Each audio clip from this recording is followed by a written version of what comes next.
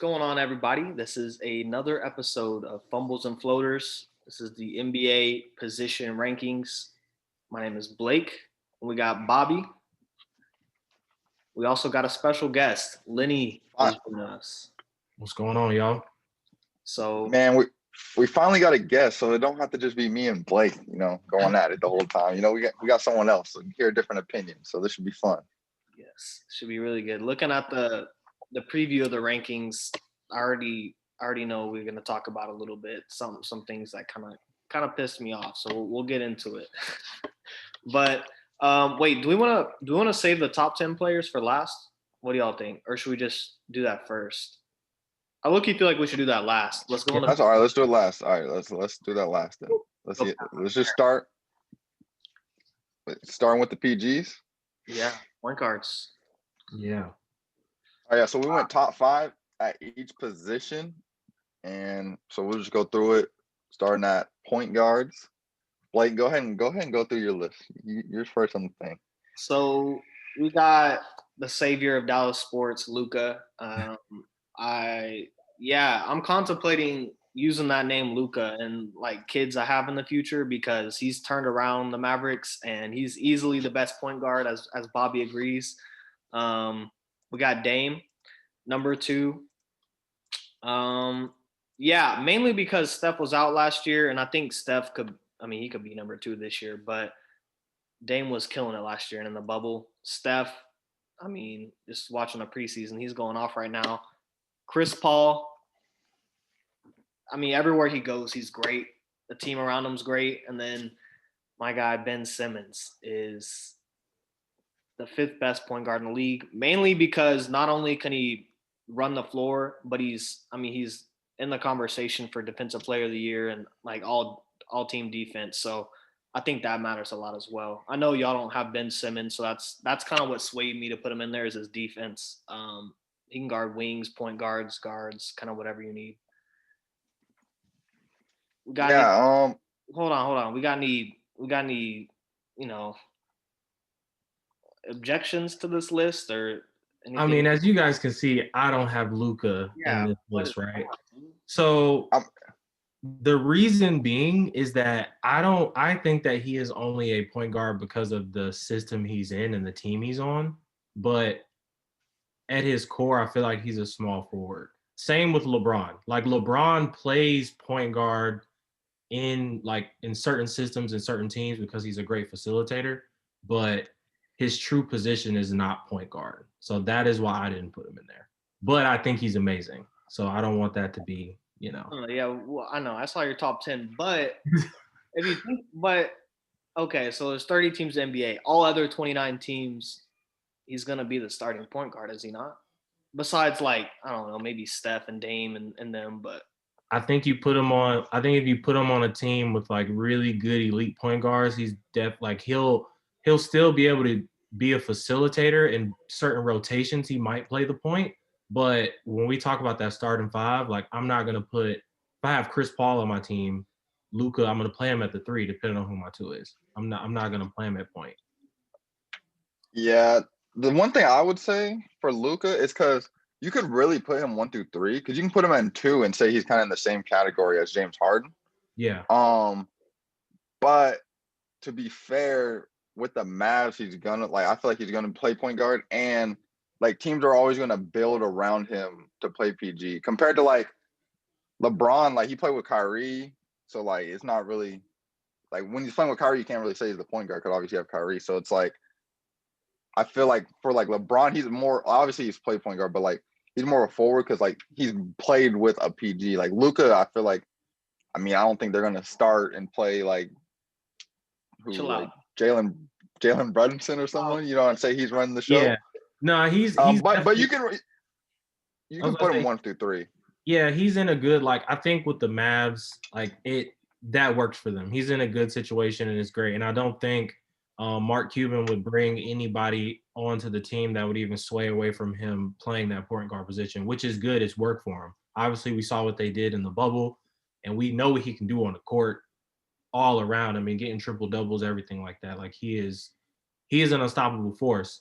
I just feel, say he were to get, I mean, other teams, you're right, could build upon him playing around point guard, but I think it just really depends on what you got going on in the system you already have. Because like Blake said, he really is the savior for, Dallas Mavericks basketball. So yeah. Yeah. And so for sake of argument, since we're here, where would you put him if he if you put him at PG? If you were okay, yeah. Oh, well, if I were to put him at point guard, then I'm definitely putting him number one because Okay. being that size and having that the basketball IQ that he does, his ability to facilitate, his ability to get his spots and get his buckets, and then also his ability to set people up. Because the degree of difficulty and like everything he does on the court is extremely high. He's making it look easy, but it's not easy whatsoever. So I would definitely put him at number one. Because if I had him as a point guard on my team, I feel like he could take me all the way. I really do. Yeah. So. Okay. So yeah, so me and you actually then have the same top 5 pretty much.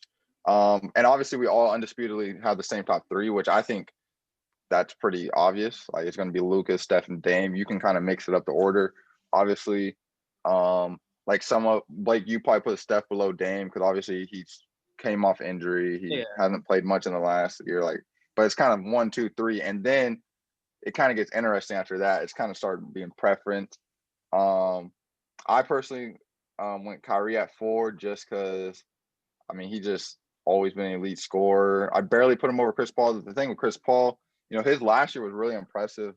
What he did with the Thunder, because everyone thought. I remember when they traded Westbrook, that deal, they thought the Thunder were going to be terrible. Yep. So like he was able to lead them to the playoffs, like a good record. I believe they're like the 5 seed or something like that. Like it wasn't even like they barely got in. Like they're a legit playoff team. And then obviously he plays defense too. Ben Simmons, I like Ben Simmons. I don't like. It's not like wow you put Ben Simmons. It's just like me personally. I don't like that he can't shoot. That kind of hurts me when it comes playoff time. Like when it comes playoff time, I would rather have a Kyrie or a Chris Paul than a Ben Simmons. Yeah, because during regular season it's going to be great, but when you get in that playoff time, like those teams can just easily play a drop coverage on them and just leave them out there the same way they did Giannis, which we'll get into that. But they can just leave him out there and say, "Hey, shoot the ball." And I mean, until he starts making it, they're just going to stay in that defense, and that's tough to overcome in a 7-game series if you don't have that jump shot. So. Yeah, and one of the reasons I did put him there is because I think this can be his best season yet. He's got more shooting, different coach. I think he's gonna go crazy this year. I honestly, I don't think he needs a shot. Like if he just keeps doing what he's doing, like I heard it the other day, like Magic didn't need a shot. I know the NBA's changed a little bit, but I mean Magic's a better shooter. But I mean, the fact that he's a top tier facilitator and he's one of the best defenders, I don't know. But yeah, go ahead. You can go ahead. Oh, I was gonna say I feel what you're saying about Magic. I think the difference is that Magic still wasn't afraid to take those mid-range shots when he was open and he made them. I think that's the thing is I feel that Ben Simmons, who knows? He really could be a better shooter than we believe, but he might be in his own head to where he doesn't even attempt to take the shots and stuff during games. So who knows? Maybe this offseason he's been working. He might come into the next season. If he doesn't even have to have a 3. Him just taking mid-range shots would be extremely difficult. It would make it very difficult for a team to guard him.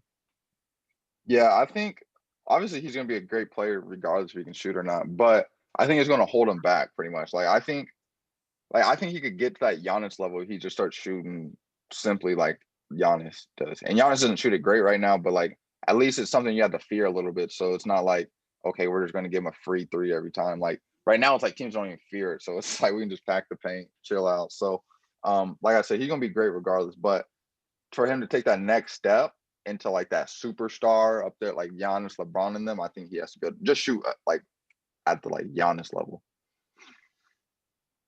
And then Lenny, you want to go? I know you probably you were probably debating too much, too sure. You wanted to make sure you put Russell Westbrook and Kimba on there. Yeah. Okay. So this one was actually tough for me. The same reasons that I just spoke about with Ben Simmons and the drop coverage and everything like that. I had all of those same thoughts when I was thinking about Russell Westbrook because, I mean, he has a better jump shot than Ben Simmons, but we all know it's not consistent. It's extremely streaky, and just in the playoffs, the way he was playing in the bubble and everything like that, he really couldn't make some stuff work in that drop coverage when teams were giving him all that space and really crowding the paint. So, but Kemba Walker, on the other hand, has the skills to get to his spots and everything like that, but he didn't play extremely well in the bubble. But yeah, that 5 and 6 was really a toss-up. Honestly, I got through 1 through 4 pretty easily, but then when I got to 5, that one was tough. So I went ahead and just put Kimbo on there as the honorable mention. So, all right, 7-game series, you're building a team. Are y'all taking, so y'all are telling me, well, I don't know about you, Bobby. I want to hear your thoughts too. Y'all taking Russell Westbrook and Kimba over Ben Simmons? Personally, I am. For me personally. Okay. You're saying just for like a 7-game series right now? A 7-game series against, I don't know what team. I would probably, I wouldn't take Westbrook. I would take Ben Simmons. Kemba's tough. For one series, I'll probably still go Ben Simmons actually. But I'll tell you this right now, I'll take Jamal Murray over all 3 of them. Get out of here. Well, I could agree with that. I'm serious. I would take Jamal Murray over all 3 of them. You have Jamal Murray as a 2 or 1? I personally think he's a point guard now. I think he's like taking that role now. He's in your 6 or 7 range if you made. Yeah. Okay. Yeah, he's 6 or 7 probably. I be forgetting about him. I don't know why I still think of him as a 2, but yeah. I forgot about that too. Okay. Forgot about him as zero when making this list. That's not good. All right. Well, let's go. Shooting guards. Whoa, this is where I think our lists are all pretty all over the place. Yeah, all over the place is a good way to put it. Oh, wow. All right. I guess I can go first. So I got Bradley Beal number 1. He's been going crazy. I think everybody knows about his scoring, but I think he's not underrated defensively, but he's not a liability defensively. Everybody has him on the list. I know. Lenny has him number 7. No. Lenny don't got him on the list. 7's not. Yeah. 7's not So the list. I actually, me looking at this again, I should have made a revision. Thinking about going into next season, thanks to Klay Thompson tearing his Achilles, he needs to get out of there. So. Okay. Yeah, that's why Klay's not on mine. Klay would literally be number 2 on mine. Yeah, I'm gonna switch those. But to be fair, even if you took Klay off, Bradley Beal's only 6. He's off the top 5. He's off the top 5. Yeah. You moved everybody up 1. We'll get to that though. Hold on. Well, yeah, we'll get to that. Yeah, we'll get to that. We'll let you finish. I got Devin Booker number 2. Bobby's got him there. Everyone has a number 2. Oh yeah, my bad. The screen was blocking. Okay, yeah. Donovan Mitchell's on the list. Everybody's list, unanimous. He's still only like what, 22, 23, and he's got that Dame instinct in him. Devin Booker, I think playing with CP, that'll be good. CJ McCollum, Bobby, you don't have him on your list, man. You think? No, I don't. You think Jaylen Brown's better? Yes, I do. If you tell me this right now, if you're Portland, would you rather have on their team right now? Would you rather have Jaylen Brown or CJ McCollum? Jaylen Brown, but that's. Hey, I'm just saying, Jaylen Brown. Yeah, but I only say that because CJ McCollum's been doing it longer. And what happened to your screen went off, Bobby? But someone was calling me.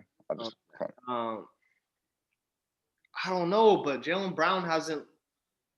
I get that in terms of like fit and quote unquote second or third star, but I feel like if you put CJ McCollum on a team, he could lead that team. On his own team, yeah, he'll have like better numbers and stuff. But so what I did with this, I took into account 1, for this season.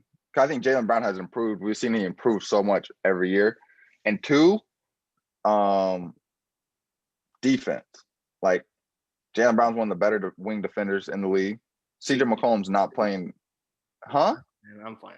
I'm gonna say CJ McCollum not playing no defense. So that's what I took into account. And then, like I said, I'm going into this year. So they lose Gordon Hayward, so now they have more shots to go around. Obviously, I think Tatum's gonna have a breakout year, but I think Jaylen Brown's gonna have a really good year, and you still have Kemba. So, that's kind of my thoughts with that. I'm not. CJ McCollum would definitely be my number 6, but I just don't like. He just undersized guard. Like as a 2 guard, I'm not a fan of too many undersized. I know obviously Donovan Mitchell, but like I think Donovan Mitchell is the next level from CJ McCollum. And CJ McCollum has played well, like at times in the playoffs. I just being undersized, not playing defense too much, and I don't know. I'm just not sold on him. Not sold on him.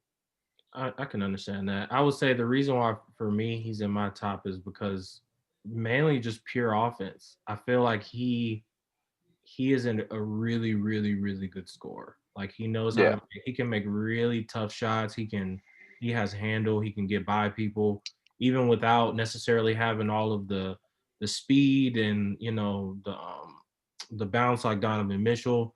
He can get to his spots just like really well. And he's just a really good offensive scorer. But I can understand why not having him in your top 5 because of defense and stuff like that. That makes sense. Jaylen Brown is definitely a better two-way player. Yeah. And timeout, Blake. So you asked me where's CJ McCollum. Where is Harden on yours? That's what we shouldn't have let slide at all. Yeah, where is James Harden? That's crazy. That's crazy. Atlanta and Vegas, man. I'm telling you, just from like his skill set's great, and some of it's a little Houston Dallas bias. No, not some of it. That seems like a lot. No, that seems like I'm just saying, man. Personally, if I'm starting a team, like I don't want Harden on my team. I really don't. But you're taking CJ McCollum over him? I am, yeah. It's crazy because if we're being honest, James Harden and Luka have a very similar type of play, except that Luka is just a better facilitator. But they're very similar type of play as far as on offense and getting to the basket and like scoring ability. They for sure are, but it's like Harden, like everybody talks about he's the greatest scorer and one of the better players of like what has he been? He just goes through the regular season and the playoffs. Nobody wants to play with him. He can't get past, I don't know, whatever round he's gotten to. Like, I don't know. They made it to conference finals a year or two ago. I think what will help James Harden is he's got to get into a better system. Like James Harden with Mike D'Antoni and that systems of really just focusing on one player and having one player facilitate everything and living and die by that one player and what they're doing. James Harden's got to get in a system where he can play a true 2 guard, where all he has to do is worry about scoring. So with Mike D'Antoni leaving, him trying to get a trade and get the hell out of Houston, I feel like wherever he may land and just how he plays this next season, it'll be good for him. Because if he can get in a situation where he can just focus on scoring and then, playing defense, but just on the offensive side of things, he's just focusing on scoring, he will do absolute damage, like absolute damage. He can give everybody on our list 40. Easy. I agree. I think that's a really good point. That's kind of part of my issue too. Is like, I don't know. It's like whenever they build around him, it just doesn't make sense because he literally tries to do and is asked to do everything, and I don't think that's good for him. Like his efficiency at times is like shit. So that's I mean, for me, I think it makes him look probably better than what he is. But at the same time, like I don't know. I think it's tough with him because it's like he can score really well, but I just don't think his style of play is winning. And I think that's the same thing with Westbrook. Like obviously he's a great talent, great scorer and stuff, but I just don't think it's a winning way of basketball when it comes to the playoffs, at least. But like when you talk about pure scorer, like he's a better scorer than CJ McCollum. He's better than scorer than everyone on this list, but that's why I have him number 1. But to have him not on there, it's just a disservice. But I need to let my brother in the house real quick, so I'll be back. But yeah, that's a because you put him. I'm on there. Yeah, that's crazy. My bad. Yeah, no, I was saying that's the reason why I don't have him on there. Like if I got a 7-game series where I need a win, give me Drew Holiday over James Harden. I can understand that. That's a wild take, bro. Absolutely. I could understand that though. Because like James Harden, it really depends on kind of how you said, the way he plays in the playoffs and like building the team around him, he's not the person to solely build the team around to where he has no other help. It's just him. He is a good piece for a championship team, but not the sole piece. So I mean, if you're looking at building like a championship team, man, Drew Holiday is he's a good pick. I could understand picking him over James Harden. I mean, it just kind of depends on the system you want to have. Bobby, so you're telling me in the playoffs, who are you putting Harden with? Who are you winning a championship with Harden? How are you winning one with them? Because they tried every damn thing possible. No. They didn't try everything. They tried to pair him with Westbrook. Like those are my two people that are like, no, that's not gonna work. Like, that's not a good combo at all. Like they were in the conference. We forget too. They were in the conference finals. Now people say, oh, if Chris Paul doesn't get hurt, that they made finals. Me personally, I don't believe that because you could say the same thing. That was when the Warriors. That was when Iggy got hurt and stuff like that. And the Warriors, I think, were up 2-1. So I think they still would have lost, but it still probably would have went to 6 or 7 games. So they were still in the conference finals. But like that team, like obviously it was built around Harden, but like if you put Harden with like I don't know, probably like a Anthony Davis, obviously, or like someone like probably a big, like not another, like the next player shouldn't be another guard. Like that just doesn't make sense. You know what I mean? Whether it's Chris Paul or Westbrook, you want like the next star with Harden should be a big, and he's never really had that, to be honest. Yeah, and then having having a guard that is maybe pass first and not necessarily trying to score all the time. So you have a guard that's really like a Drew Holiday. If you pair him with Drew Holiday. That would actually be great because you got Drew Holiday. He would be looking to get the ball to like James Harden if he had a big like Anthony Davis with him. That would be a really good situation. And they're playing defense. Yeah, that's what I mean. That's what the Bucks are doing with Drew Holiday right now because they know Giannis gonna have the ball most of the time, and then Drew Holiday is gonna be playing defense. I can't wait to talk about Giannis. Oh, great! I'm excited. I just need Harden to prove a little bit more to me. I mean, I've had conversation with him about this. He knows how I feel. I'm just saying, for him to crack into my top 5 right now, he's on like that 8. I'm just playing. Not having a top 5. You might as well just say he doesn't exist, bro. At this point. I got Tim Hardaway Jr. probably 6, 7. He's right after. So no. Oh man. I'm playing. All right. Hey, let's go to Lenny's list because this man has Zach. Yeah. I was okay. Yeah. So let's talk about it, dude. Zach LaVine is really good. Like he's really good. He knows how to get to his spots and get as you can see during this conversation, offense is a big deal for me. Like I like when people are able to score the ball. Like defense is obviously amazing. You need it, but you still got to put points on the board. So Zach LaVine for me, he can shoot the 3. He can shoot the mid-range. We all know what his dunking ability is and finish ability. I mean, as a 2 guard, that's great. Only reason why I put him above Bradley Beal is because of height. It's like him and Bradley Beal can honestly do all the same things, but Zach LaVine is taller and has more bounce. Dude, I would say I don't think LaVine can score the ball better than Bradley Beal. I mean, Bradley Beal averaged like 30 a game. Bradley Beal's cold. I understand he is cold. I'm not saying he's not cold, but I just feel Zach LaVine is good. Like I agree, but Zach LaVine over Bradley Beal, like what does Zach LaVine do better than Bradley Beal? It's just honestly, it was the height. That's what it was, man. It's the fact that he is that tall and able to score like that. He's got a pure jump shot. Like I think this next season he's gonna flourish even more. Yeah, he's looked good in the in preseason too, but I just can't put him over Bradley Beal. I mean, Bradley Beal averaged 30, and I have Bradley Beal at 4. Mainly just that's the one person I really have to talk about. I have him at 4 mainly just because playoffs. You know what I mean? Like he didn't make playoffs. He hasn't really played in the playoffs, so that's why I give Donovan Mitchell the edge. And it'll be interesting to see too because the team played on it. So it'll be interesting to see now with Westbrook. Obviously, his numbers will go down, but how does he look compared to just putting up numbers on a bad team? And you could kind of say the same for D-Book, but I mean, we've seen D-Book in the bubble, and we've seen Devin Booker last year was really efficient too. Like he was a really efficient scorer. For him to score 71 and 19, I mean, you got to have him in top 5. So let's talk about Zach LaVine over Drew Holiday. Bobby, would you agree with that? No, but I could see why, because obviously he said like the whole offensive thing, Offense is better. and yeah. If you're a bigger offense, like if I would probably put like right now looking at it, CJ would be my 6, probably Drew 7, Levine 8. Like I think they're like really close. It kind of just your preference. Me, I have preference. Like obviously having Jaylen Brown on there, like defense is big to me. Yeah.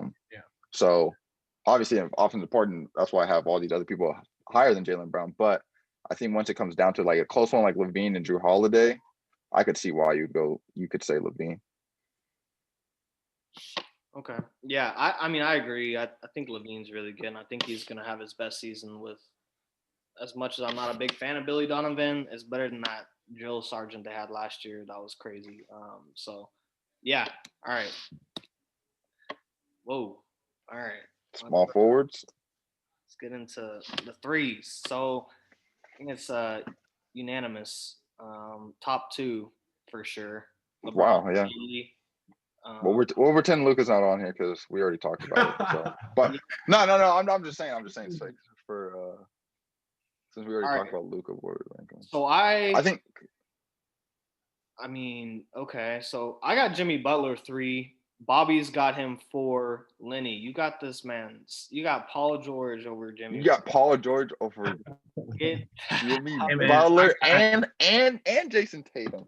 I'm telling you something right now. I have very high hopes for Paul George. You got the new trainer, right? He's one of my favorite players. So there's a sprinkle of bias in there. There's a sprinkle. Not a sprinkle. You try to put a sprinkle on the whole cut though. But yeah, I think that Jimmy Butler had a great season. I think he's a great two-way player. But I mean, yeah, if I'm going just off of last season, that's a wild take to have Paul George right there. But I'm thinking in the future, him coming back, I have high hopes for him. And you know what? If he doesn't prove that, I'll take that. I'll take that to the chin. I'm okay with that. But I got high hopes for him, man. I can't count him out just yet. I can't count him out of my top 5 just yet. So that's wild. We'll just go past that. Bobby, explain why you got Jimmy Butler over Jason Tatum, because I mean Jason Tatum's my 6. I think he's extremely. I'm gonna say you have a big gap between them. No, but I mean I think the threes are all. I wouldn't say this is the closest position group, but they're all so different, and these really come down to personal preference. And with Jason Tatum, I need to continue to see it, because he's been kind of hot and cold a little bit. Like some games he looks damn good, and some games he kind of just Yeah. Why do you have Butler over him though? To be honest, just because of their run. To be honest, like looking back, low key, because like I'm a big Jason Tatum fan. I've loved Jason. If anyone knows, I loved Jason Tatum when he came out of college. I used to be one of those guys. Like when people would say like Josh Jackson's better than Jason Tatum coming into that draft, I used to just like flip. Like I used to argue with them. They used to say like they'd say Josh Jackson could shoot better than Tatum because of like his 3-point percentage in college, because Jason Tatum didn't shoot well from 3 in the college. But like just from watching Jason Tatum play in college, like he looked like an NBA player. Like he had just the NBA skill set, and like his jump shot. Like if you looked at Josh Jackson's jump shot and you looked at Jason Tatum, like it was obvious like who's going to be the better shooter, in my opinion. That's just me, because I watched a lot of like Duke games that year. So I always loved Jason Tatum, but like I said, the reason why I put Jimmy Butler over him, pretty much just the run. Because to be honest, I think Tatum will probably have a better year, just because we've seen him kind of like Jaylen Brown. I mean, the Celtics have done a great job. We've seen Jason Tatum improve each year. We've seen him take a leap in the playoffs this year. He played really well in the playoffs, and he was able to make more in the playoffs than he's kind of had all his whole career, which I feel like no one really expected. But yeah, like you said too, though, like kind of he does kind of have some bad games and stuff where Jimmy Butler was really consistent. Obviously, he had like 1 or 2 bad games here and there, but in the bubble. But and to be honest, Jason Tatum can play defense too, so that's kind of like that's why I have him at 5. Jimmy Butler though, his run was just like it was so good where I couldn't even put him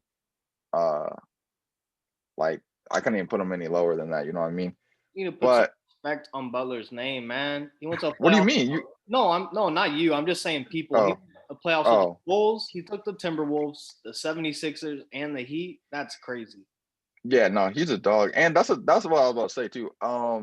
I would like you said, you shouldn't have Paul George top 5 based off this year.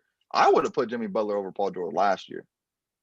Like Jimmy Butler was like has always been underrated because like no one really respects him because like the run, like kind of like he's not like a flashy player, he's not really a big shooter, but like he's always been a great scorer. And like you said, when he was with the Bulls, I remember when he was with the Bulls, they would have won that first round if Rondo doesn't get hurt. They were hooping. Jimmy Butler, Rondo, and Wade. Like people forget about that. Like Jimmy Butler has hooped on every team he's been on. The whole practice thing with who was that, the Timberwolves? Timberwolves. I love Or it. it was the Timberwolves, right? Yep. Yeah. Like he just took all the backups and we're like, all right, like I'm going at them and just going at Wiggins and Cat, like He took them to the like stuff like playoffs. yeah, like I don't know, he's really underrated. I mean, not as much now, but I just couldn't put him over Kawhi because obviously Kawhi's Kawhi. So if you told me this last year, people had Kawhi probably number 1. So Yep. to be fair, I mean he won that championship, so I mean can't really argue it. So I couldn't drop him any lower than 3. But you got Jimmy Butler over Kawhi. Me? Yeah. Just based on a couple things. I mean, this may sound goofy, but like, I don't know. I kind of based intangibles a little bit off of it. Like, I want to be on Jimmy Butler's team. Kawhi's dope. Yeah. I don't know if I want to be on that man's team. Like, I don't know if you want to talk to me or what, but kind of that. I mean, Kawhi's kind of done the same thing where he's gone to what? He's gone. I mean, the playoffs 3. He won on the Spurs. Yep. Yeah, he won on the Spurs. Went to the Raptors, got them a championship. Yeah. But Butler, I mean, everybody just gravitates toward him. I think he's a better leader. And I like his game a little bit more. I think he's a little bit more of a willing passer. Like he can play low-key, kind of a little bit of, point forward. Whereas Kawhi, I mean, he's a good passer, but I don't know. Yeah. One more thing on Jimmy Butler too. I'm happy he went to Miami because that's like a perfect spot for him because just knowing how obviously Dan Marley coached at GCU, but he played on the Heat at one point and he talks about like how tough it was like back then when he was on the Heat, like just their culture and stuff. Like it's just like super like crazy workouts and stuff like that. And just like I think that like that fits his personality, you know what I mean? That's where you get the best out of him. And everyone kind of has to buy into that. Like just hard culture. You're working hard. I remember they talking about Jimmy Butler like 3 a.m. workouts and stuff like that. Like just crazy stuff like that. So that's perfect for him. I love that. I'll buy his jersey if he wasn't on the Heat, but you're the only one with Brandon Ingram on the list. Yeah, that one is like, yeah, I know that. Yeah, I couldn't put Brandon Ingram at 5. Like he's really, really good, but I don't know, man. That's a hot take, just like my Paul George one. To be honest. I was about to say, you said that, but you over Tatum. Come on, all right. Over Tatum and Jimmy Butler. All right, but for Tatum is wishy. I mean, yeah, I guess it's the same as Paul George. I don't know. No. Paul George in the playoffs is like. You're right. I'm not. Here's the thing. I'm not saying that's not a fact. That is a fact. It is all my bias. He is one of my favorite players. Yeah. So I can't think about it yet. The problem with Paul George too, before you talk about Brandon Ingram, his responses are bad. Like he played bad. I remember he played bad in the bubble, right, early on, and he started talking about the mental health stuff of the bubble and stuff, which is probably true and stuff like that. But like, and I agree with completely. But it's like everybody in that bubble is going through that. So like you can't, when you play bad, you can't just say like you can't always have a cop out. And then now he's talking about he was used wrong. He was being used like Ray Allen and JJ Redick, where he's coming off screens and stuff. Like he's being used wrong. It's like at some point you just got to man up, own to it. You played bad. You got to be better. Like man up and make a shot. Like just knock down a shot. Like or go get the ball. You're saying you're being used wrong. Like you're supposed to be a star. Go get the ball. Because like when you watch the Clippers in the bubble, like they just look like they didn't know what they wanted to do on offense. But like, go get the ball. Like, you know what I mean? Like, it's been bad. And then he was bad on the Thunder in the playoffs when he was playing with Westbrook. Like, it just you can't always have a favorite player, man. This is nah, dude. Like, I feel you. I agree with all of that stuff. Like for me, I agree with everything you just said. Like I'm gonna tell you right now, with the contract he just got, if if he does not play well next season, I'm moving him down to like 15. Like that is, I'm so serious. But I feel like just even in watching him miss and not make his shots, it's like he was still able to get to his spots. So I feel like that is he just needs to, like, he took, I don't know, however many months he says he's working on his trainer. He better get his form back right. I got high hopes for him. If he can get his form back right and back to his shooting capabilities, he's gonna get right back to where he was, and he's gonna be a problem. That's all I don't think it comes down to. Yeah, I don't think it's a form thing. I think it's all mental. Based off his comments and stuff, I think it's a mental thing. Like he's mentally just like. Well, that I don't know. 226 mil should get him mentally ready, because telling you, if he don't play good this season, I'm dropping him to 15. If he goes back to where he was in OKC and even a little bit of Pacers, I mean, he's top 5 or 6. But yeah, I think no. I mean, I would say the best he can get to is 7 at this point, because I don't think he'll pass Jimmy Butler, and the way Tatum's going up, like I think Tatum's going to continue to move up the list in my opinion. But I could see Jimmy. I'd probably put Paul George at like 6 right now, but then again, you can say the same thing for Brandon Ingram. Like Brandon Ingram's coming up too. Yeah, that's what you got for me on Brandon Ingram. Yeah, go ahead. Yeah, so Brandon Ingram's nice, man. I mean, everybody talks about his offense. He's gotten better every single year, just like Tatum. So that's part of the reason why I have him in there. And then his defense, I mean, he's not like an all NBA defender or anything right now, but he's just so long. He can give problems to threes and some fours. I feel like I like Brandon Ingram a little bit better with the Pelicans. I think he'll get more opportunities to. I don't know if he'll get to the playoffs, but he'll have more opportunities to look good, I guess you could say. Whereas Tatum, I'm kind of worried about. I mean, like we talked about, he has his off games and on games because he also has Kimba. He also has Jaylen Brown, like trying to share the ball. I want to get y'all's thoughts too, so I can kind of stray away the fact that I had Brandon Ingram at number 5. What do y'all think about Tatum and Brown? Do you think they're ever going to split them up, or they shouldn't? They shouldn't. That would be a terrible idea if the Celtics did that. I think the Celtics have a great core right now with them, even with Kimba. I think one thing that'll help with Jason Tatum and takes a little bit of pressure off of him is Kimba just making his shots. He struggled a little bit in the bubble when it came to shooting, so therefore Jason Tatum had to pick up a little bit extra slack. But with Kimba hitting the shots that he normally should and that he's capable of, that'll take some of the pressure off Jason Tatum, where he can just do his thing, and it'll just provide a great even distribution across the board. So Tatum or Brandon Ingram over Tatum's just bad, man. Just bad. But Brandon Ingram, I'll say this. I was wrong about Brandon Ingram. Because I hated when people used to say he's like the next KD and stuff like that. Cause I just watching him, I just didn't think he had it. And I still don't think he'll get there, but he's improved a lot. Like, so I give him credit for that. But I'd have him probably like 7, possibly 6 over Paul George. But Paul George 6, 7 for me. All right. Power forwards? Yeah. All right, I'm gonna find something about your list. Good God. Get the hell out of here. Absolutely not. Our lists are pretty similar. Nah, dude.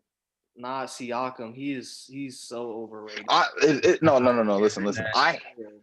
Here's the thing. I hate Siakam. I literally hate Siakam. I'm being honest. No, listen. I literally I hate Siakam. I hate his game. He went to New Mexico State. Like, I hate Siakam. Like, he pisses me off. Like, the last 2 years, I don't know how this dude's good. Like everyone's talking about like Siakam. I'm like, I don't know how he's good, but he just somehow scores and stuff like that. You know what I mean? So I'll just start with that. So the reason why I have Siakam at 4 is just the Raptors, 1, are always good. They've been good. and he's put up numbers. He had a really good year like last year. Put up numbers. He was an all-star. And another player I hate is Kyle Lowry. So if you're winning with Kyle Lowry, like I gotta tip your hat off to him, huh? Yeah. So and like Porzingis, I mean, the problem with Porzingis is the problem with Porzingis because he's always hurt. If he's and healthy. if he's healthy, but like it's tough. Like I just feel like I haven't seen enough of Porzingis. You know what I mean? Like it's just always tough. He was looking good in the bubble, but it's just like Porzingis is a tough. Like he's a tough player to judge. You know what I mean? He's a tough player to judge, and he's also playing with Luka. So I mean, it's gonna help him. But I don't know. Porzingis is cold when he's healthy. Like the defense and the offense, he can score inside and out. Like that 2-man game with him and Luka is deadly. It's wild. Yeah, it is. I just don't know. Like, I mean, Siakam has a number, and Jaren Jackson. I love Jaren Jackson. He hasn't done enough for me to put him over Siakam, and I hate Siakam. I was mad I had to put Siakam at 4 on here. Like I was actually mad. I felt the same. Like I hate Siakam. Putting Draymond Green on here. I didn't. I just felt like I couldn't do that at this point. I love Draymond Green too. See, that's the opposite. I love Draymond Green. I was like, I just can't put him on here because he hasn't done nothing recently.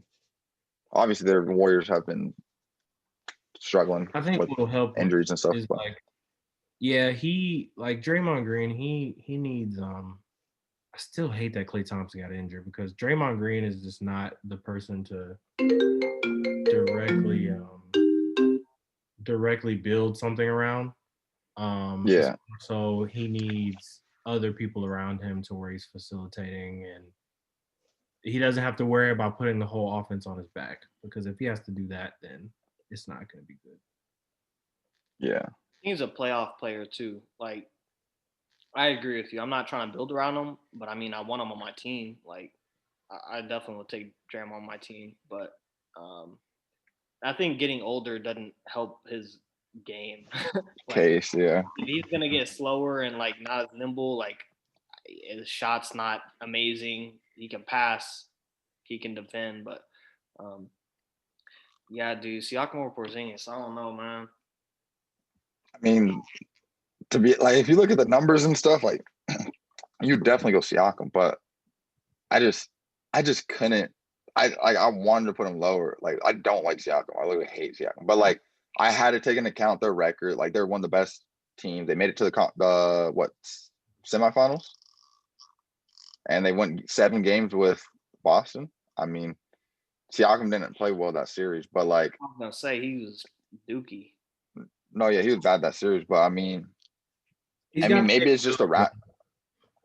Yeah, I mean, maybe it's just the Raptors. You know what I mean? I couldn't just leave him off the list. I felt like, and I think Jaren Jackson is really good. That's another thing I was gonna say. Jaren Jackson, like if you told me the Warriors took trade Draymond for Jaren Jackson, Warriors would be so happy because he's like plays defense, shoot. He's developed his game too. Cause I like Jaren Jackson, another player I liked out of college, but he just wasn't ready yet, and he's like developed skill. Like I was seeing him in the bubble, like before he got hurt, like when he was just going to the basket. So I was like, he wasn't able to do this before. Like he never used to be able to put it on the ground. But now like he's really good. I think he's going to be moving up. But Porzingis, I just feel like I don't see enough Porzingis, to be honest. I just feel like I don't. Maybe you just need to watch more because whenever he's playing and he's on, he's ridiculous. Yeah, I mean, he has to be healthy. I was watching him in the bubble, and he was good. But like another thing too, I took into account he played with Luka. You know what I mean? Like when you play with Luka, everything's gonna be more open. A lot of different players on this list. You can say the same different things about. What can you say about what can you say about Siakam? He plays with Kyle Lowry. I'm not talking about dude. Kyle. First of all, Kyle Lowry's I know he's built like a brisket, but dude, Kyle Lowry's nice. He's good in the playoffs. Fred VanVleet is a damn good player. I mean, they've got good players, and they're solid. It's not even about players; it's about coaching system. No, it is organization, and they're top tier. So, yeah, they definitely are. I just think it's tough. If I'm starting a team, the way I looked at it, I'm like, health aside, because I mean we have KD and Kyrie and Steph on our lists, and we don't know if they're going to be fully Yeah. healthy. It's Porzingis is healthy. Give me him on my team over Siakam. Yeah, but I would take actually Jaren Jackson over him. Okay. But I'll actually take Porzingis. If you're saying Porzingis is definitely out there, I'll definitely take Porzingis over Siakam. I don't like Siakam's game. That was like I'm not gonna be biased. He's earned the right to be here. Like, cause I hate Siakam. I literally hate Siakam. Lenny, tell us about your list. Well, yeah, I was gonna say we got to talk about someone's missing there, man. Well, I don't have Zion on there. Yeah. Yeah, bro. Zion would literally between the legs dunk on Draymond at this point. Yeah. Honestly, for me, it's I think Zion's really, really a great, amazing player. I guess for me, it's like I need to see him in a long enough stretch in some NBA games to really put him on my list. He hasn't really played a crazy amount of games. On top of that, doesn't really have any playoff experience. Obviously, he's new and everything like that. But yeah, so that's kind of why I didn't put him on my list.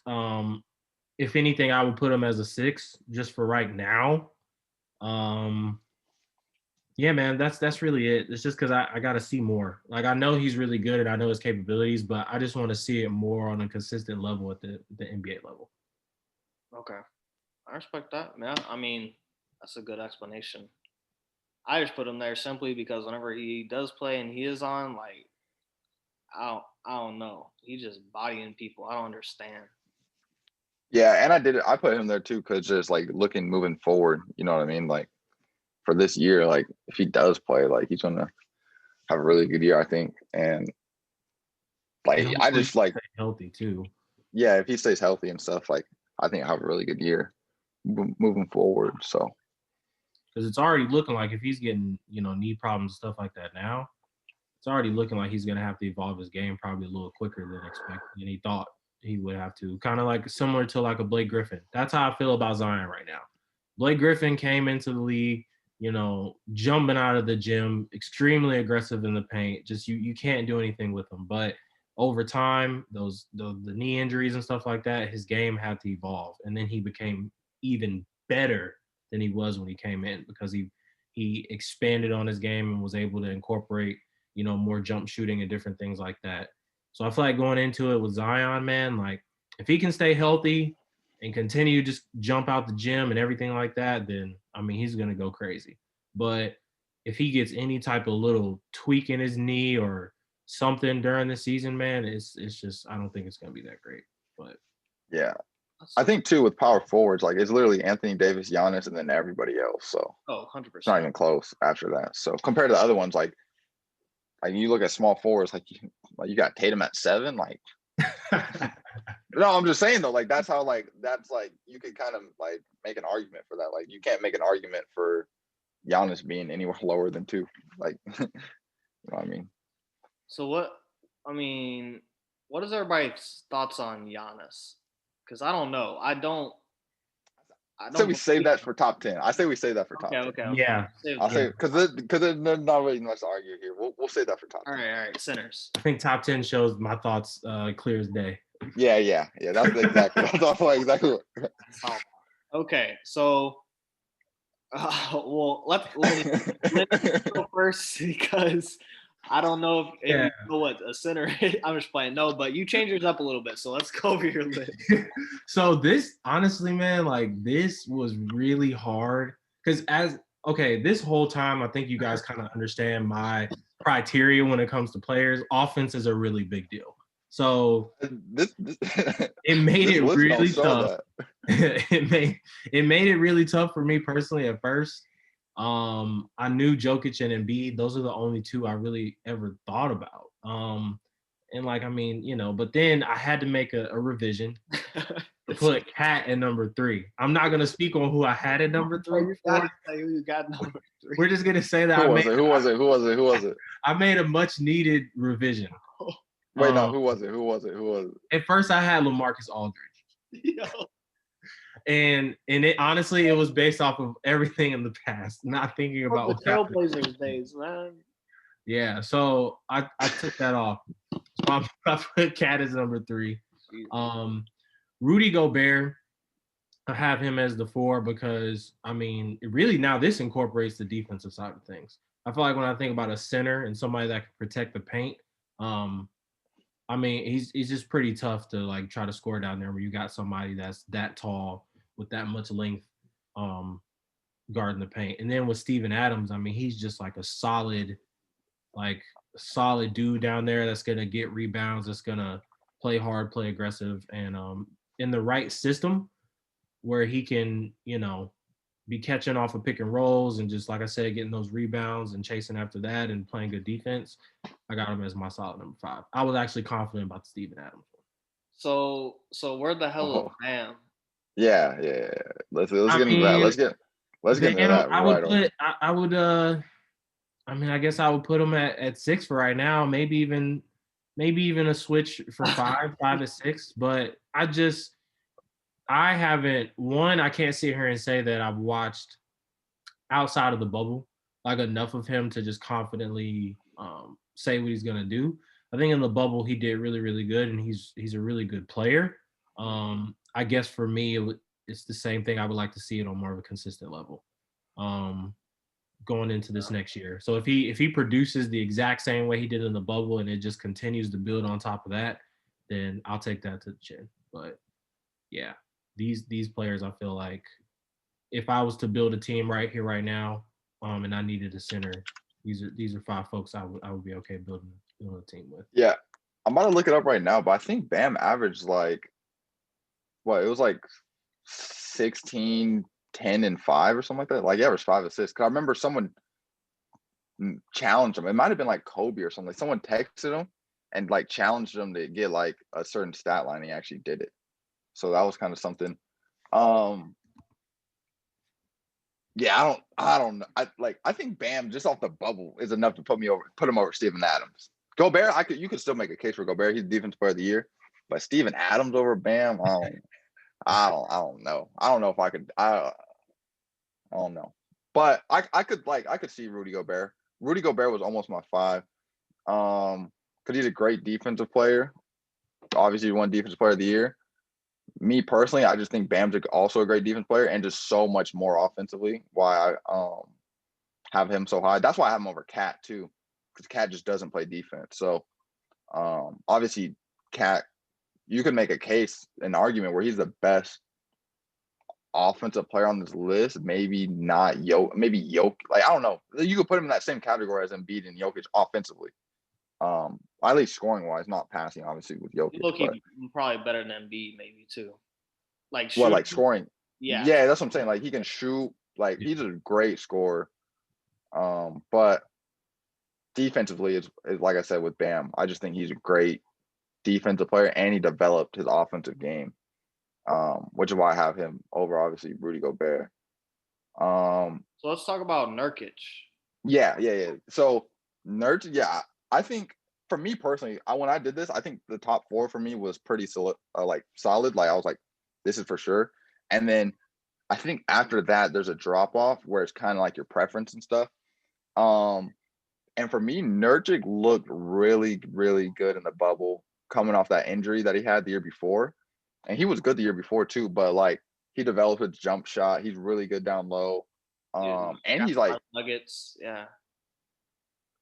To be honest, I don't even remember him being on the Nuggets.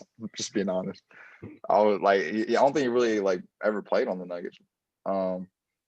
But I just think he like developed his game a lot. The only other person that I really thought about putting over him was Rudy Gobert, and that's just because of his defense. But Nurkic offensively is really good, and I think defensively he's improved, and he looked solid defensively in the bubble. I think the problem in the bubble, like later on, was like he was so fatigued because it was his first time being back and stuff, where you could see like he had to play a lot, and it was just fatigue. Really, I could tell. But I think he's gonna have a really good year this year, and hopefully he can stay healthy. I mean, you got Marcus Gasol, so I mean, let's hear that. Let's absolutely hear that. The player of the year, won a championship. He's What, in like 2011 Defensive Player of the Year? bro. He's still probably on this list. Who's better defensively besides maybe Bam Embiid and Bam? Gobert. and Gobert. He's better than Nurkic. Get his ass up out of there, bro. Marc Gasol is. I whenever I got the 5, like you said, kind of bias and stuff like that. I based it off of if I need somebody in a series and we're assuming health for every single person, I'm taking Marc Gasol over Adams, Nurkic, Gobert, like 100%. He's the best passer after Jokic. Yeah. Can shoot the Nurkic is a solid passer too, though.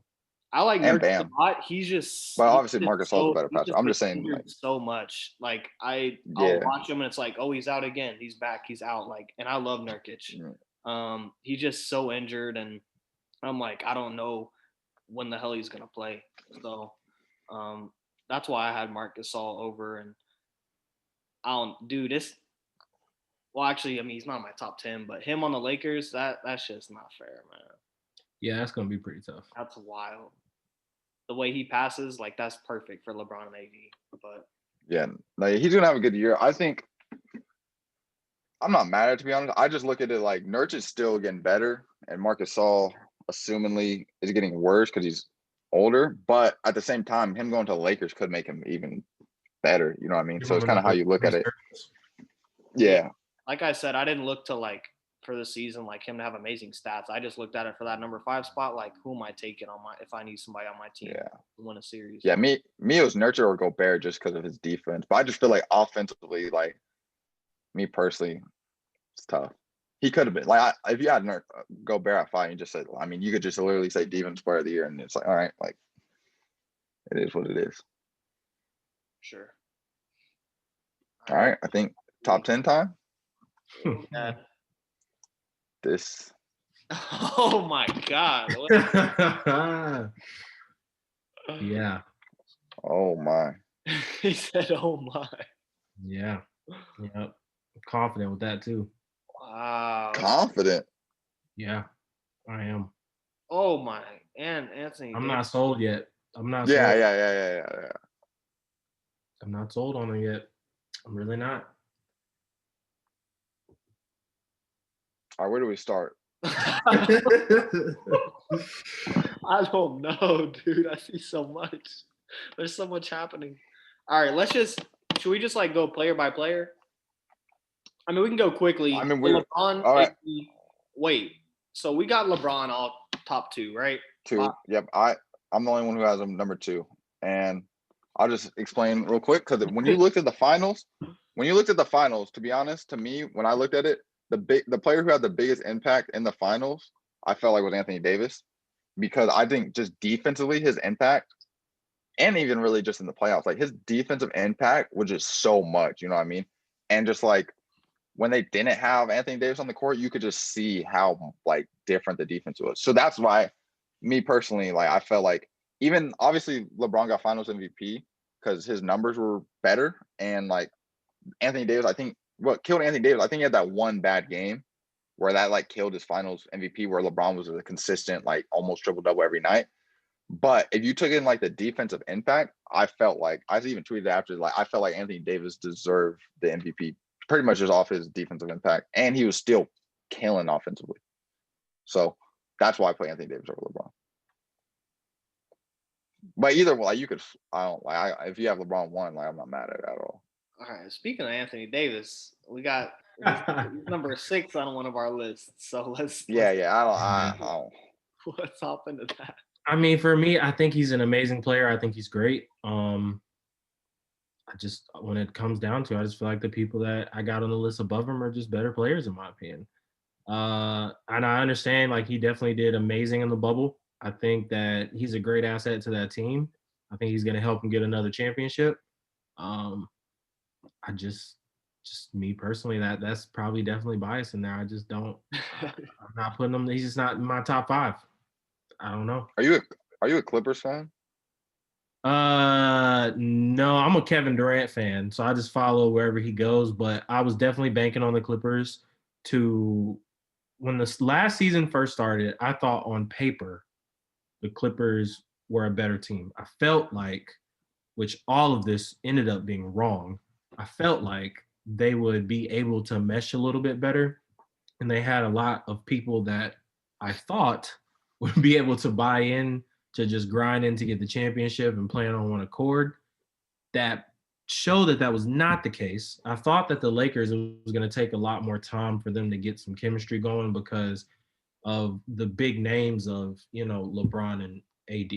Just didn't know how it was going to go. I mean, we all know LeBron is LeBron, but AD coming from, playing with the Pelicans for X amount of years to where he was really the focal point, just didn't know how that would go, him going on to the Lakers. Didn't know if he would demand that same, number one option type deal. It proved to be that was not the case. The Lakers ended up being the team to play on one accord, having the better chemistry. And it was very obvious that they'll probably win it for the next 2-3 years. So depending on if they can keep that squad. But yeah, man, just still can't put him at 6. Can't put him in my top 5 quite yet. Explain to me Harden over Anthony Davis. That's what I was gonna say. Dude, I just think, just from a scoring ability, man, I just think that James Harden, like when I watch, like when James Harden, the degree of difficulty of the things that James, like his shots that he makes, like I just feel like he's really unstoppable, honestly. Like I feel like if the only thing that stops him is himself. I feel like for him, it's like, oh, he just maybe shot, his jumper was off during his release or something like that. I feel like it has nothing to do with like somebody. If he's obviously getting double teamed and they're playing up, up a lot on the press at the half court to where he can't really, get his dribbles off and everything like that, that's going to affect him. But that's going to affect a lot of people. We saw it happen with Damian Lillard to where they weren't just letting him take a step and shoot a jump shot. He had to figure out what to do. He had to figure out if he needed to kick it to somebody, drive it, and all that type of stuff. That's going to affect everybody. But when I'm thinking about if I need to get a bucket, I'm thinking James Harden is going to give me that bucket. I'm going James Harden. What about if you need to win a series? See, that's the thing. I feel like James Harden in the right system, I would still take him. It just, if I was a coach and I was a GM, I would make sure to put him in a system where he can be a true 2 guard. I feel like I can make up for with Anthony Davis, like he's amazing, he's great, but if I didn't have enough cap space, I feel like I can make up for what he can do with multiple players and then figuring out somebody that's still a good 4 to put in that position. That's just my opinion. All right. Well, yeah, see, my problem with Harden is like he relies on making bad shots and getting free throws. So like people say like he's a better scorer, but to me, Anthony Davis just makes it easy. Like you just can't stop him. Like he's just too big. He can shoot. Like there's just nothing you can do. So like I'm gonna take Anthony Davis scoring, getting easy buckets, like just easy. Like compared to relying on Harden, hoping that he gets to the free throw line and hoping he's hitting tough step backs. Like you said, it's on his release, but those are really bad shots. So like it's not like he's missing open and it's like, oh, like I just gotta make a shot. It's like I gotta make this tough shot when dudes are in my face after I've been playing 35 minutes. And then I just take into account defense where it's like Anthony Davis defensively, like should have been. It's just different. Yeah, like he should have. Yeah, he easily could have been defensive player of the year. I just think that, like, I don't know. I like me. I'm big into like efficiency. I don't like players that aren't efficient. You can probably see that with most of my lists. Like, I don't like people that are like super volume, but they're not efficient. Like, I think taking good shots and just making it easy, it's a lot better in my opinion. But to each his own. All right, well, let's get to each his own. to Giannis. Let's first. We'll wait. Yeah. Hold on. Let's let Lenny discuss his in a second, so we can kind of think about what he needs to say. But let's talk about what we were gonna talk about with Giannis. What are y'all's thoughts on him? Because I'll go ahead and go first. He's incredible, but he can win. I think he's gonna win a championship. But it's like, at what point do we start like, hey man, you've been back-to-back MVP. You kind of get locked up in the playoffs. Like, it's kind of, I mean, is it like LeBron and whenever he was with the Heat, or like, I don't know. What are y'all thinking? Because yeah. So in my opinion, the thing with Giannis, like you got to look at how young Giannis is. Like, look at how long it took LeBron to win a championship, right? He didn't win one until like he was like 28 or something like that. So, and the argument's gonna be, okay, well, back then, his team wasn't good, blah blah blah, and then now they're gonna say Giannis's team's not as bad as LeBron's team was, right? That's what they're gonna say. But to be fair, the teams are better now though too. So yes, Giannis's team's better than what LeBron's was back then, but the people he's going against are also, they have better teams than what the teams that LeBron went against. You know what I mean? So I think it's in the same type of situation where it's like, it's just too early to tell with Giannis. Like, you can't, he's lost to two good teams. So he lost to the Heat, who one of the best coach teams, and they went to the finals. I think they just matched up really well against the Bucks. I said it before the bubble, or before the playoffs started in the bubble. I said if the Bucks play the Heat, they'll lose.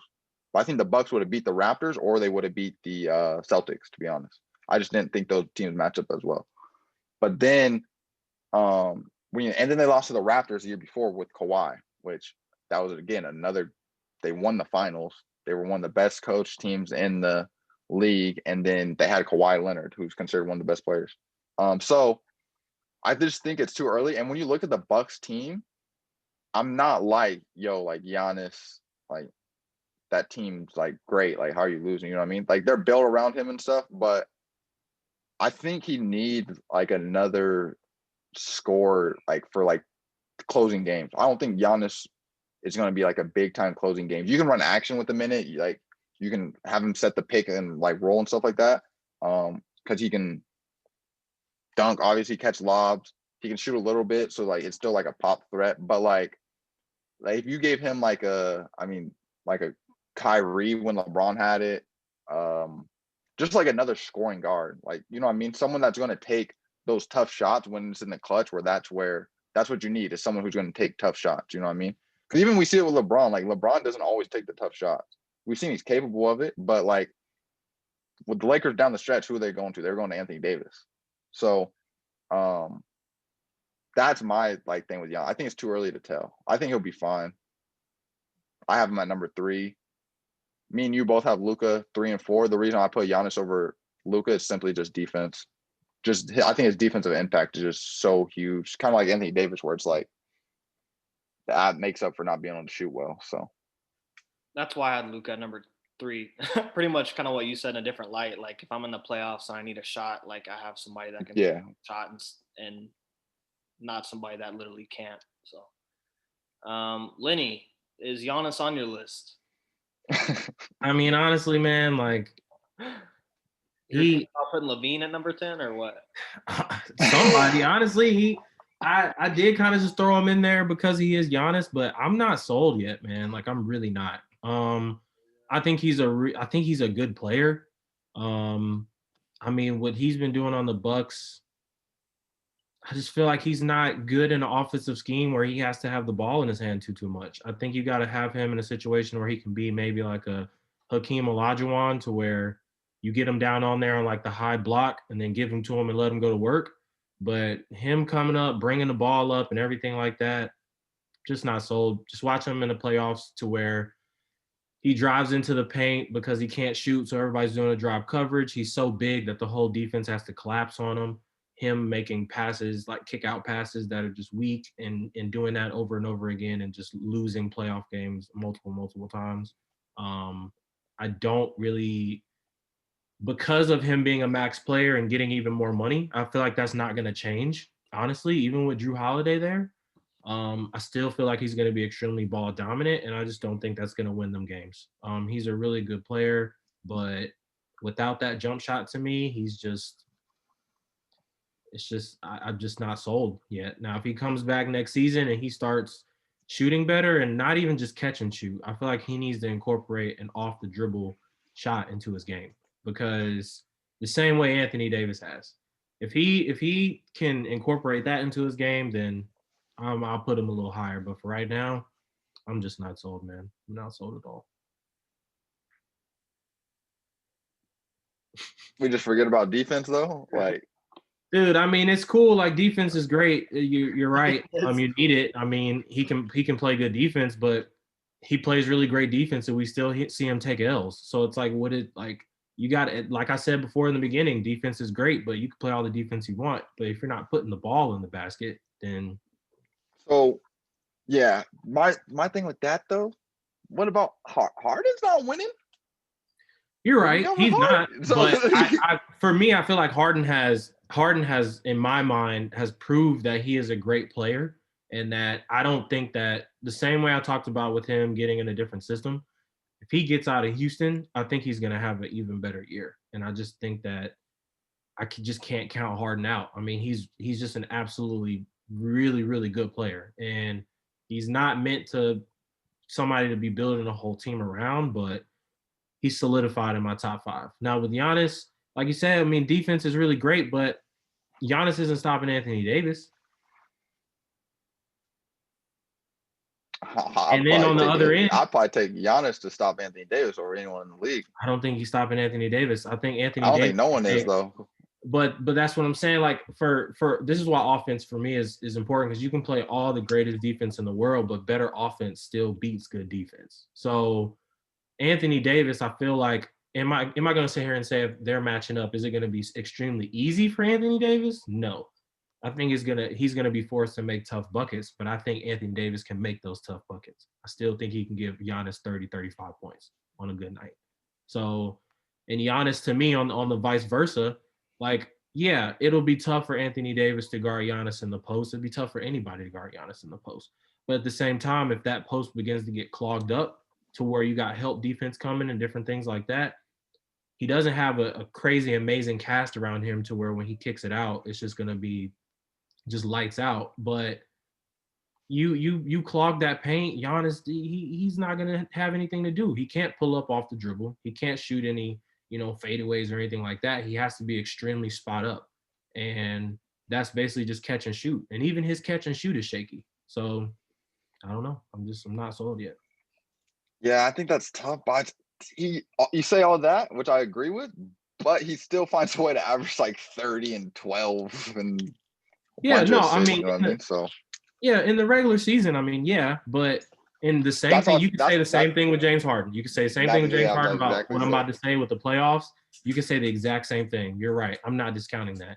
But for me, with Giannis, like, I just think he just doesn't have that it factor for me personally quite yet. Like, I wouldn't, if I was personally building a team, he wouldn't be like, I would think of other, like, I would want Anthony Davis before him. And I agree. And if I had Anthony Davis, I just wouldn't think about having Giannis. And I wouldn't be afraid to play against him either.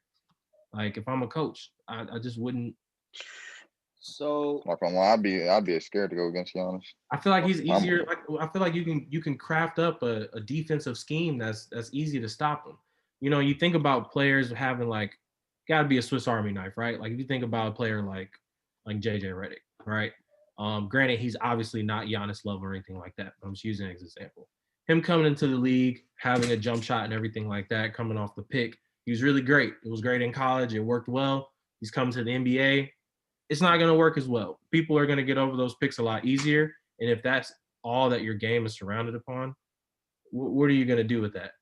That's easy to play defense against as a team, because you just got to press up on the pick and roll. He doesn't dribble a lot. He doesn't, take those mid-range shots. It makes it easy for a coach to draw up a defensive scheme. So with Giannis, if his jump shot is as shaky as it is, he can't shoot anything off the dribble. All I got to do is clog the paint. If I'm being honest, especially with the Bucks team they have now, I just got to clog the paint. And if I clog the paint, it's still going to be a frustrating night for him. Yeah, he may still be able to get, 20 points, but it might still amount to a L, depending on what else you got and how all the other players are doing. He's just not, I'm just not sold yet. Well, I'm in the middle. I agree with both of y'all for different points, but we can move on from the Giannis talk. So, so yeah, let's go to. So we talked about kind of top 3 to 4. Well, actually, I'm curious to hear this from you too, Lenny. You have Kawhi over Luka. Yeah, I mean, honestly, man, that one was. I feel like for me, that 3 and 4 is extremely interchangeable. I can't sit here and give like a super definitive Kawhi is over Luka, I guess maybe because I know that I don't know. That one is a toss up. For me, I could have both of them either 3 or 4, and I would feel that I'd be okay with that.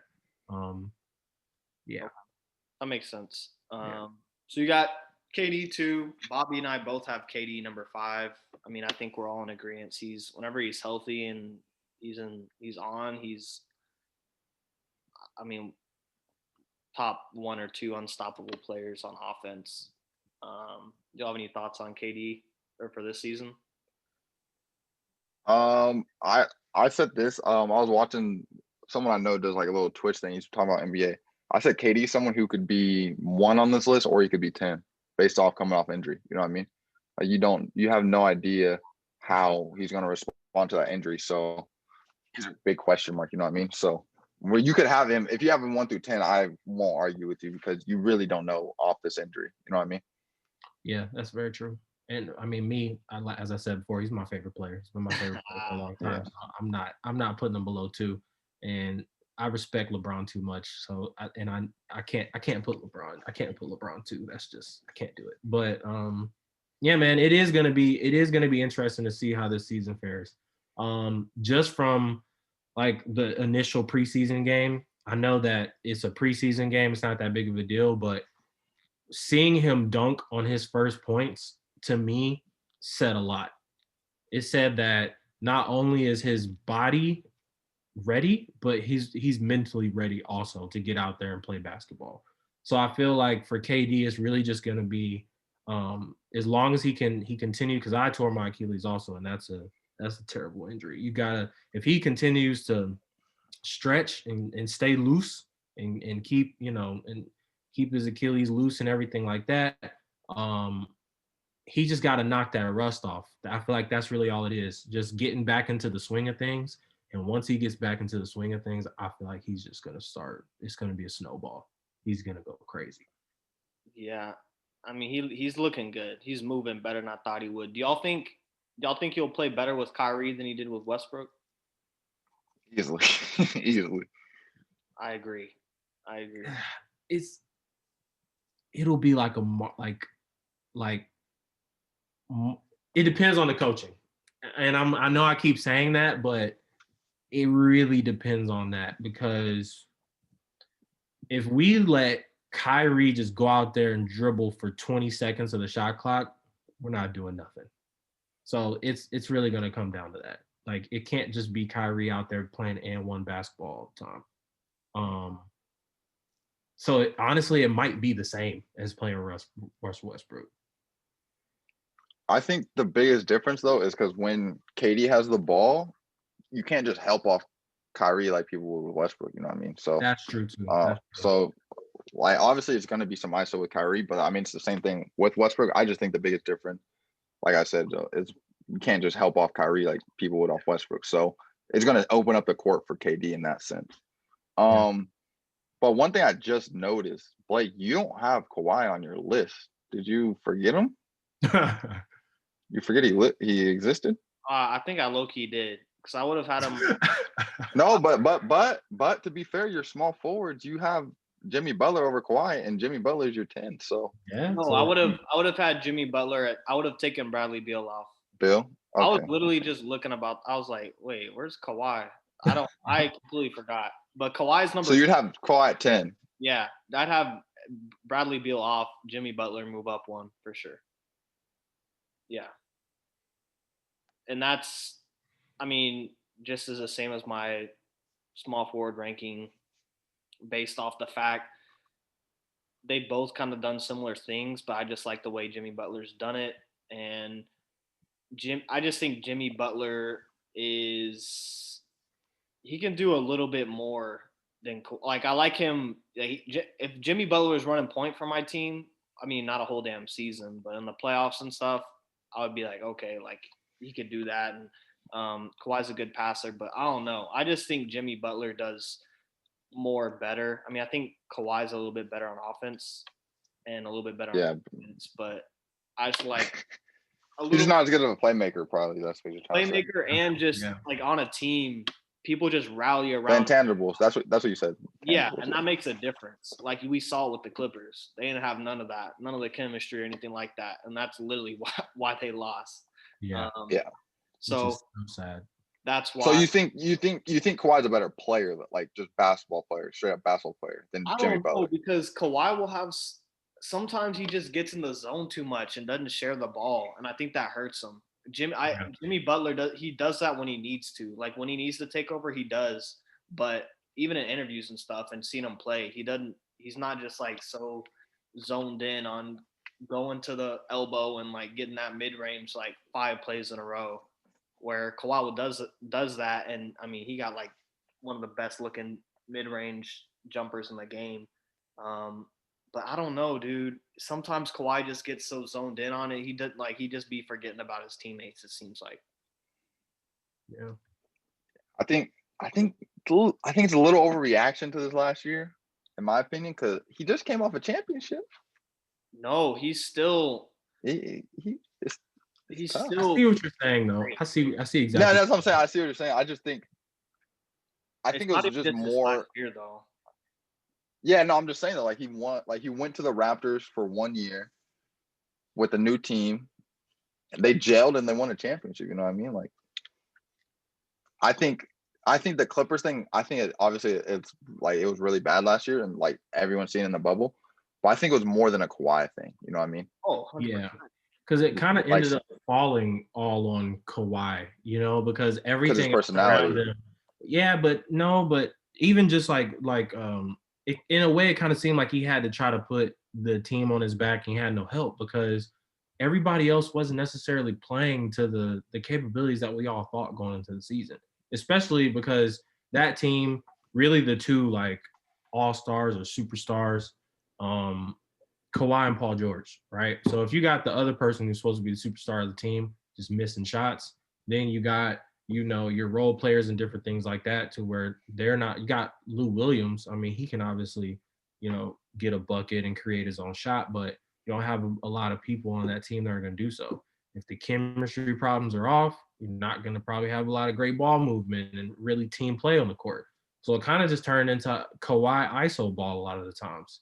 And it didn't work out well for him. So, yeah, hopefully this year they can turn that around and go out to dinner together and actually get to know each other. I don't know what's going on. Like maybe stop hating each other and say, hey, man, you can pass it to me when I'm in the corner. Like they need to do something. But, yeah. And it's weird because Kawhi's one of my favorite players. He's just about his business and he just hoops, and I love that about him. But It's it does come down to that. I think just trusting each other more. And when he's on, he's on. He's a top 5. But Yeah. it's crazy because last year people would have said he was number 1. that's kind of part of the reason with him is like he wants to and he has been regarded as like a top 1 to 3 player. It's like you gotta, I don't know, you can't really let that happen. You can't get bounced like that. Yeah, I think it's tough. I wonder too. Like I wonder like if there's no bubble, like what would have happened? 'Cause I think a lot of things would have been different. Yeah, I agree. A lot of things would have been different. It would have been interesting. Yeah. And just like not even just saying just because they played in the bubble, but like the time off and all that extra stuff. They would have been playing in June instead of August, September. You know what I mean? So So it's kind of tough to judge stuff off that. y'all don't got Jimmy Butler in your top 10.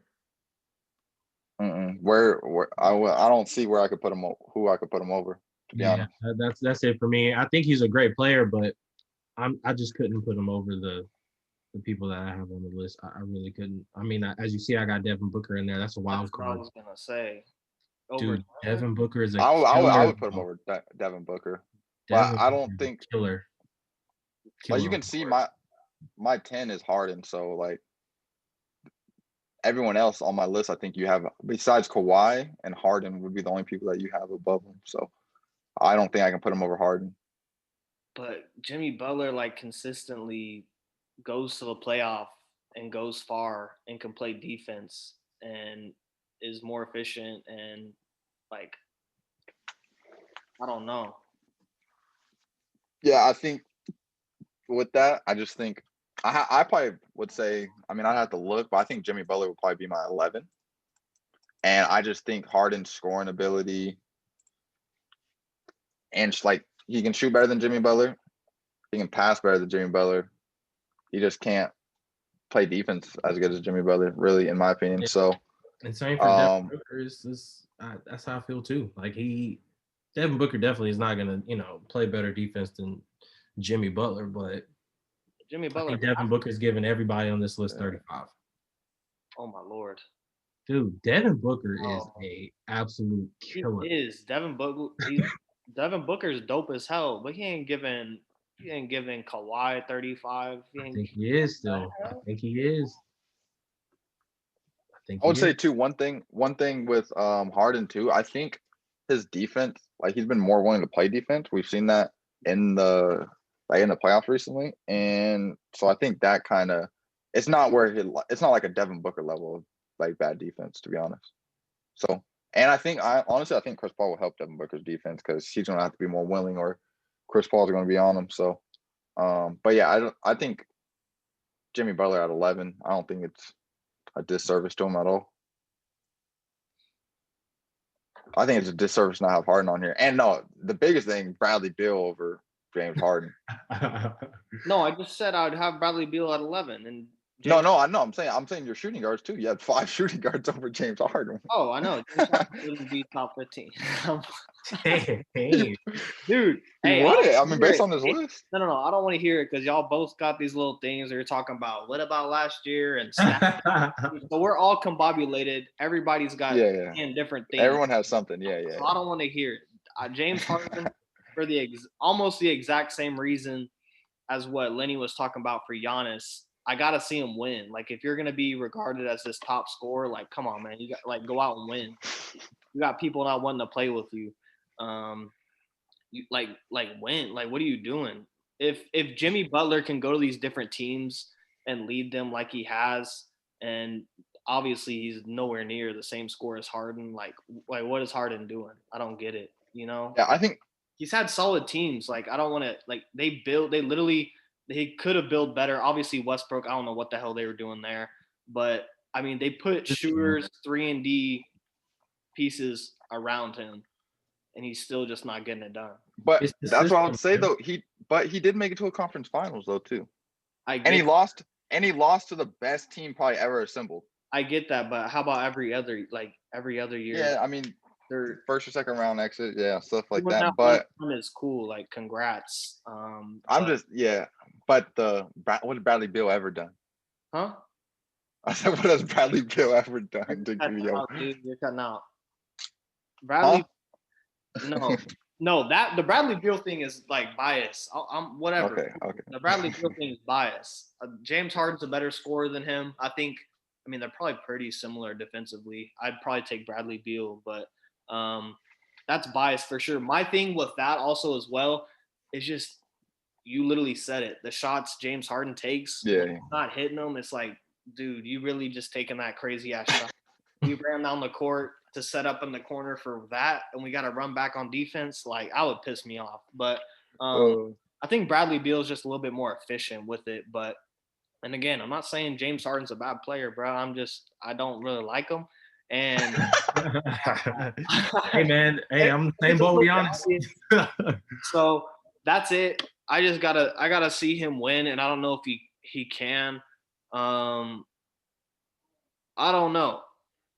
I don't know. I'm telling you, he's got to get out of that system. D'Antoni, man, like D'Antoni with that system, I mean, it worked well with Steve Nash, but the difference is that Steve Nash is a facilitator. So he is going to make people around him better and get people their shots. He's going to work well with the team. Forcing James Harden to be a facilitator is just not going to work well for that team. He is a scorer. He is a true two-guard, shooting guard. He doesn't need to be focused on anything else on offense, aside from shooting the ball and just making the right play if he gets double teamed. See, I feel like the system is, but I think the system is built for Harden. Like, because I think Harden's a scorer where he needs the ball in his hand. He's not like a scorer where he's coming off picks and like stuff like that. Like, so that's where I think the system built for him.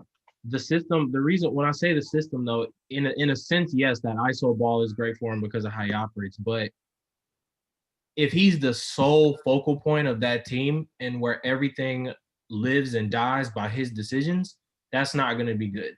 He's got to have somebody else on that team to take the pressure away. Because let's be honest, if James Harden is up there dribbling, right, are you really going to be focused on PJ? Like, granted, PJ Tucker is going to knock down some good corner shots, but let's just be honest. Your focus is still going to more so be on what James Harden is doing.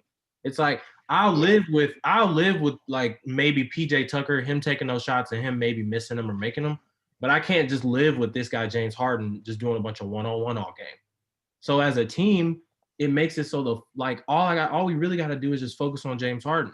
We see it every time with Houston. That's why they lose, because when teams draft their defense to just put pressure on him, they can't do anything. They don't have anybody else on the team that's going to create something. And even with their rotations, the way it worked with Russell Westbrook, it was like the same thing. When they start off on the court at the same time, but then as you get the rotations going, one time the squad is James Harden is the leader essentially, and everything lives and dies by what he does. And when Russell Westbrook's on the court, everything lives and dies by what he does. And with Russell Westbrook, even the same thing. If he's on the court at the same time as James Harden, I'm not worried about Russell Westbrook at the 3-point line. I can just stand here. If Russell Westbrook's in the corner, I can stand in the block. I don't need to be pressed up on him worrying about what he's doing. I can stand at the block and make sure that if James Harden beats that first defender, I'm here to help out my man. I live and die by Russell Westbrook shooting that corner three. LeBron, I literally saw it with the Lakers. Russell Westbrook would get the ball in the corner. LeBron would just turn around. Like, I'm not worried about that guy, dude. He can't shoot that well. Like, it's extremely streaky. So I think that is what hurts him. He's got to have somebody else to truly take the pressure off of him. Not just on a paper standpoint, but actually on the court, really taking pressure off of him. Yeah, see, that's why I don't think it's a system thing. I just think it's the players they've built with them. Like Westbrook, like you said, he can't shoot, so like it's not worried about him. And then you have Chris Paul, who is obviously he can shoot and stuff, good off ball, but he's another player who's a ball in hand type player, pick and roll. So but if you told me they ran like the same system, but you give him it's easy to say, but like I can't think you kind of have to. Like if you give him like an Anthony Davis, because like LeBron plays with Anthony Davis, so it's not absurd for someone like Harden to play with Anthony Davis. But like if Harden wants to ISO and you spot Anthony Davis up in the corner, you can't just leave him. Like he can shoot. But yeah, or even someone like Embiid, like if say he goes to the Sixers, like Embiid can shoot good enough where you can't just leave him, and then it gives them another way to attack teams, because then you can just throw it down to Embiid, then you can give it to Anthony Davis and work, where it's not just Harden ISO the whole time. Like those type of players will take pressure off them. But when you give them like a Westbrook or a Chris Paul, it's not changing up much. You know what I mean? That's where I think it's not like a system. I think it's just he needs another big or someone to take pressure off, like you said, in a different way. You know why I still say it is the system? Because the same things you just said, they had Clint Capella. Clint Capella was, even though he's not extremely You can't throw the ball to Clint Capella. No, but if you pay attention to how Clint Capella and James Harden played together, it still made it tough, because you couldn't leave Clint Capella just on that block. So as James Harden was driving in, if you take your focus away from Clint Capella, that's going to be a bucket. Him off that block is going to be either alley-oop, a quick dump off pass to dunk the ball.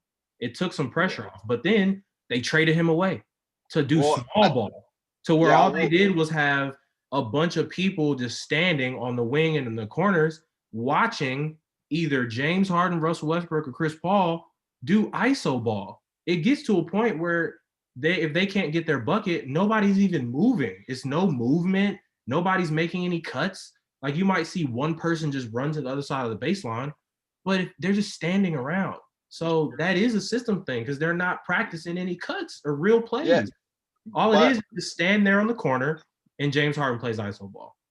But yeah, that's what I'm saying though. To be fair, like you can't do that, but like you couldn't do that with Clint Capella because he couldn't shoot. So like with that, it was like a different type of system, because it was more, a little bit pick and roll, or maybe he's sitting block. But if you give him an Embiid or Anthony Davis, then you can run the pick and rolls.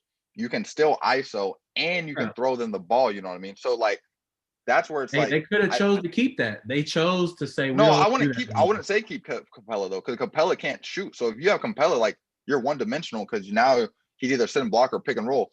With if you give him Embiid, like, and you can't throw Clint Capella the ball. If you have Anthony Davis or Embiid, you can throw them the ball where Harden doesn't have to have the ball. You can space them out where you can ISO with Harden, or you can run pick and roll, pick and pop with them, and then you got the lobs and stuff like that. So like then you can run so many different stuff at teams compared to with their personnel they've had. Like obviously when they went small ball, they had to ISO. There's nothing you can do. You're not running a pick and roll with PJ Tucker. With Capella, you can't ISO because Capella can't shoot. So you're really one dimensional, like you've been saying. But like I said, I don't think it's obvious. I mean, you could say it's a system thing too, because it's kind of your system's based off your personnel. But I think the bigger issue is the personnel because it limits your system that you can run.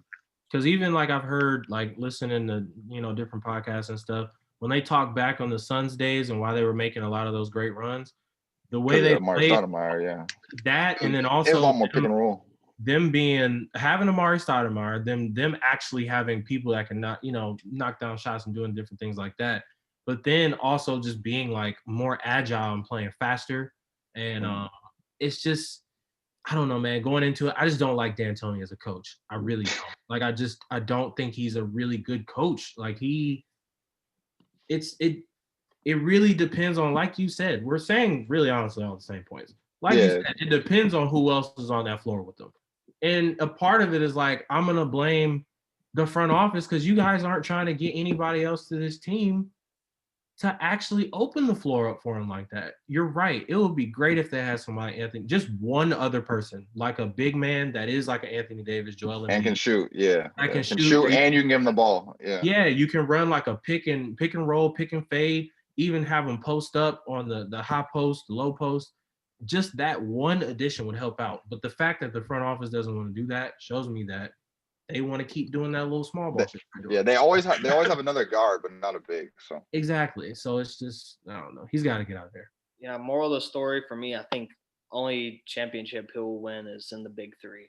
So that's kind of where I'm at with it. I'd rather watch him in the big three than the NBA. So he would go crazy in the big three. He would. That's what I'm saying. Oh man, 3-on-3? Goodness gracious. Yo, him in the big three would I don't know, Vince Carter and Malone. We'll get him with Stockton Malone, man. Oh man. But okay, yeah. I mean, I think that's about it. I feel like that's everything. I mean, I'm still perplexed. You have Devin Booker, but hey man, I'm telling you, watching this season, Devin Booker is a absolute killer. I'm not talking about on the defensive end, things like that. I feel like yes, Chris Paul is gonna put a fire under him to play some better defense just naturally, but Devin Booker is a killer, man. I'm telling you, he is an absolute assassin on the court. I agree. We'll see. I think Chris Paul being there will help him, but yeah. I mean, excuse me. I feel like that's everything. Well, if y'all have made it this far watching, I don't know how long this has been, but I know we're gonna do an hour and a half. I think we're gonna do a preseason recap still, and then regular season starts next Wednesday. Yeah, the 22nd, whenever that is. Tuesday then. Okay, so yeah, regular season's about to start. We'll do like an NBA one every week, and yeah, so go ahead and end this. Hold on, I gotta find the